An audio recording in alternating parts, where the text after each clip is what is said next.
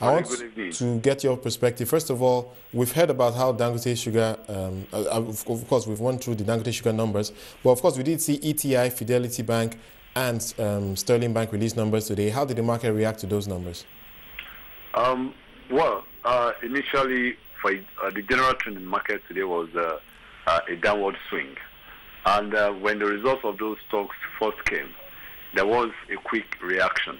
That is, it was coming down as at that time, but thereafter it went a little bit up.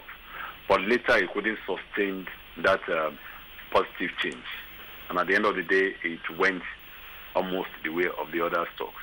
Of course. So the trend in the market was actually responsible for the non-responsive nature to those non-responsiveness to those stocks today. Well, clearly the market was very bearish today, 1.2%. That's the steepest loss we've seen in a very long time. Is there anything to get worried about, or do you just think this is just part of the cycle? The market has to move up and down. Yes, it's part of the cycle. Then secondly is end of month. And thirdly, we have just 2 days in this. I mean, we've run out of the trading days for this week. It's a shortfall of 2 days. And by the time we move on to next week, the month will be coming to a close. So there is a lot of anxiety of how the market may go next week. So everybody is trying to take a quick turn at selling. And that is primarily the reason why those majority of those stocks went down today. But for a few of them, like Guaranty Trust Bank, it first came down, but thereafter stabilized. So I believe the downturn may not last long.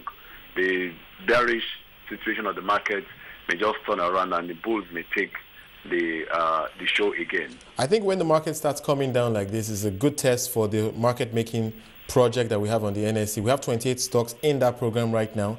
Can you just run us through how those stocks are faring right now, especially with respect to liquidity, because that's the whole point of market making, isn't it? Yes. In fairness to the market, what the activities of the news of the market making process has actually helped the market at this point in time, because in situations whereby the market is dropping, we see stocks closing on full offer. That is, at the end of the trading session, there is no effective demand for such stocks. Right. But it's quite a different scenario as we are having it now. Since the beginning of the market making process, there's none of those stocks that form one of the 28 part of the 28 stocks for market making process that are actually closed on offer for more than 2 days. So in other words, all demand is met, all supply is met, so to speak. Yes, there is a balance, at least except for the differential in prices.